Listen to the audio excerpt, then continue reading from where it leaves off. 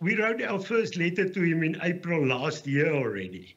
And that's been a long time. I hope his processes is not that slow. You simply ignore that letter. We again wrote to him with regard to the Bella Act.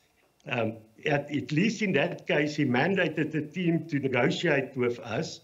But of course, then afterwards just said, no, he has no knowledge of this. The team at NEDLAC did not have his mandate. So we've tried, we have a clean conscience. But and of course, the president's spokesperson, before we left, he said, the president will not speak to AfriForum and Solidarity. So what more proof do we need than the official spokesperson of the president saying that? So our conscience is clean. We try to discuss locally.